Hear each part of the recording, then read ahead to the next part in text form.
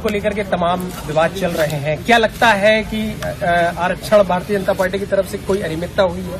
की तरफ से भारतीय जनता पार्टी जब से सरकार में आई है उनका एक एक फैसला देख लें अगर आप, उसमें आरक्षण के साथ खिलवाड़ हुई है और आरक्षण की जो मूल भावना थी उसके खिलाफ लगातार भारतीय जनता पार्टी काम कर रही है।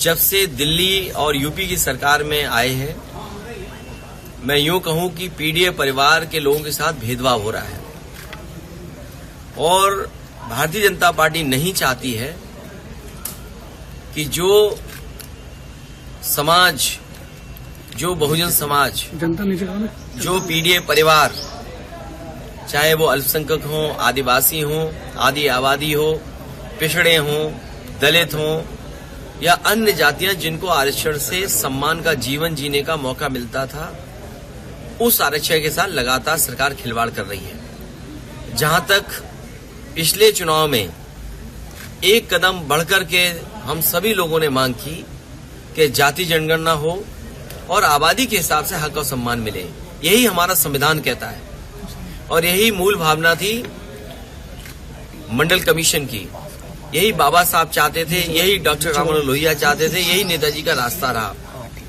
ये जो लोग आजकल पत्र लिख रहे हैं या दिखावटी काम कर रहे हैं, ये भारतीय जनता पार्टी को बचाना चाहते हैं।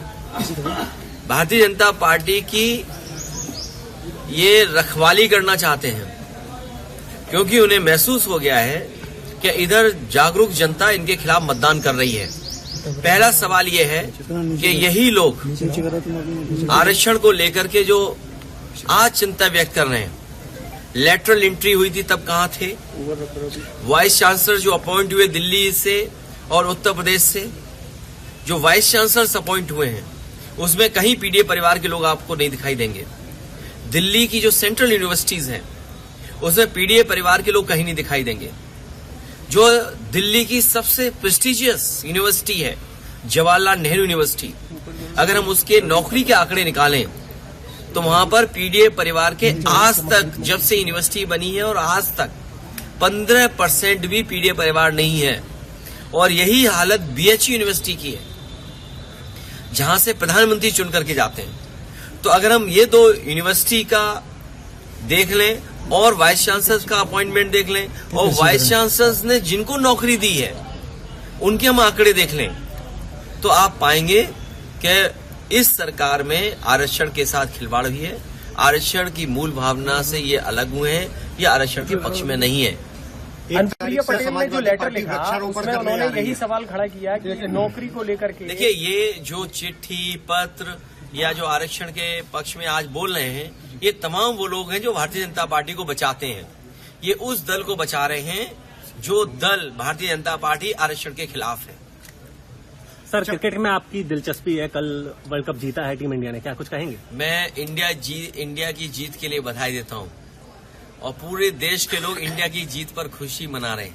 कल समाजवादी पार्टी वृक्षारोपण करने जा रही है, शुरुआत किस तरह से क्या रहा है? मैं कार्यकर्ताओं को बधाई देता हूं जहां वो एक कार्यक्रम चला रहे हैं जहां वो पेड़ लगाएंगे और कह तो रहे हैं कि पीडीए पेड़ लगाएंगे। बरगद का पेड़, पीपल का पेड़, ये ऐसे पेड़ हैं जिनकी जड़ें बहुत मजबूत होती हैं। तो हमें उम्मीद है कि जहां पेड़ लगा रहे हैं वहीं समाजवादी विचारधारा को भी बहुत मजबूत बनाएंगे। सर, जिस तरह से उपचुनाव होने हैं, क्या लगता है कि गठबंधन से होगा या आप अकेले? देखिए ये फैसला अभी का नहीं है, बाद का होगा। अभी तो तारीख ही नहीं पता कि चुनाव कब होगा। इसमें बीजेपी को घबराने की जरूरत नहीं है, बीजेपी हारने जा रही है। सर, सदन में आप बैठ रहे हैं, सदन शुरू हो गया है, पिछले मुकाबले किस तरीके का अंतर अब आप देख रहे हैं? बीजेपी की क्या स्थिति? याद होगा आपको जब उत्तर प्रदेश का चुनाव था तो हम याद दिलाते थे कि 60 लाख बच्चों के परिवारों के साथ खिलवाड़ हुई थी, उनके भविष्य के साथ खिलवाड़ हुई और उसका गणित भी बताते थे कि अगर उस परिवार के सदस्यों को केवल हम माँ बाप को जोड़ दें तो 3 गुना 60 लाख, 1,80,00,000 परिवार या लोग ऐसे थे या वोट जो प्रभावित थे सीधे सीधे। अभी जो नीट का एग्जाम हुआ है, कम से कम नीट का एग्जाम तो नीट एंड क्लीन हो, क्योंकि वो भविष्य के हमारे डॉक्टर बनने जा रहे हैं। भविष्य में हमारा स्वास्थ्य कैसे बेहतर रहेगा उसकी जिम्मेदारी उनके कंधे पर होगी। ये बीजेपी के लोग अभी से नहीं, इनका पुराना इतिहास उठा करके देख लो। ये जितने भी एग्जाम होते हैं सबसे ज्यादा खिलवाड़ ये करते हैं, खिलवाड़ खुद करते हैं, उंगली दूसरों पे उठाते हैं। जैसे ये आरक्षण की जो चिट्ठी आ गई, आखिरकार कौन है जिम्मेदार इसके लिए? बीजेपी खुद जिम्मेदार है। तो जब अपॉइंटमेंट्स हो रहे थे, ये तमाम चिट्ठी लिखने वाले कहाँ थे? तो सर सदन में डिप्टी स्पीकर पद के लिए क्या आपकी पार्टी कोई देखिए, कैंडिडेट जो अन्य दलों का फैसला होगा और अन्य दल अगर चाहते हैं कोई इस तरह का, और ये बात पहले भी कही गई कि डिप्टी स्पीकर विपक्ष को मिलना चाहिए, डिप्टी स्पीकर विपक्ष का हो। सर लगभग 4 महीने बाद मोदी के मन की बात आज फिर से कार्यक्रम शुरू हुआ, 111वां संस्करण है। मैंने तो सुना नहीं। सर पीडीए से क्या लग रहा है आपको कि भाजपा की पीडीए से घबरा रही है क्या? किस तरीके की रणनीति अब उनको बदलने के प्लान बना रहे हैं? पीडीए के साथ साथ बीजेपी भारत की जनता से घबरा रही है, क्योंकि भारत की जनता जागरूक हो गई है। आज पढ़े लिखे लोग हैं, जागरूक लोग हैं, समझदार लोग हैं, वो अपने अधिकारों को समझते हैं और जो अधिकारों के साथ खिलवाड़ कर रहा है उनके खिलाफ वो खड़े हुए हैं। बीजेपी ने अभी तक 10 साल में सबसे ज्यादा खिलवाड़ किए उनके अधिकारों के साथ। इसीलिए बाबा साहब भीमराव अम्बेडकर जी, डॉक्टर राममनोहर लोहिया और नेताजी का जो रास्ता है उसी पे चल करके हम लोगों को ये जीत मिली है। इस जीत के लिए उत्तर प्रदेश की जनता का मैं बहुत धन्यवाद देता हूँ।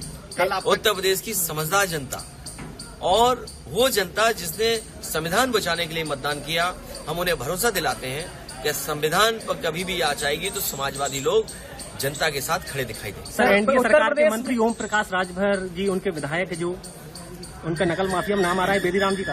अच्छा, अब सरकार को सब पता है, अब कौन से सबूत सरकार को चाहिए? अब भी सरकार को सबूत चाहिए। तो सर विपक्ष के लोग होंगे तो उनके बिना सबूत के, बिना जांच के कार्रवाई, लेकिन अब क्या सबूत चाहिए सरकार को? सोचिए आप, हर चीज है।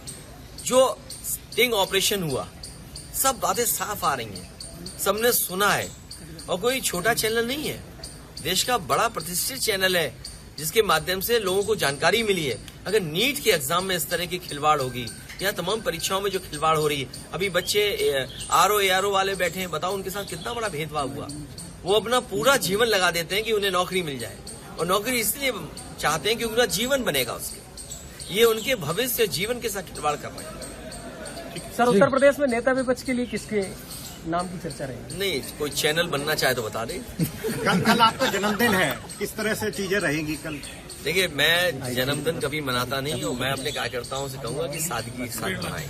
आपको जन्मदिन की बहुत बहुत शुभकामनाएं। मैं अपने प्रेस के साथियों का धन्यवाद देता हूँ।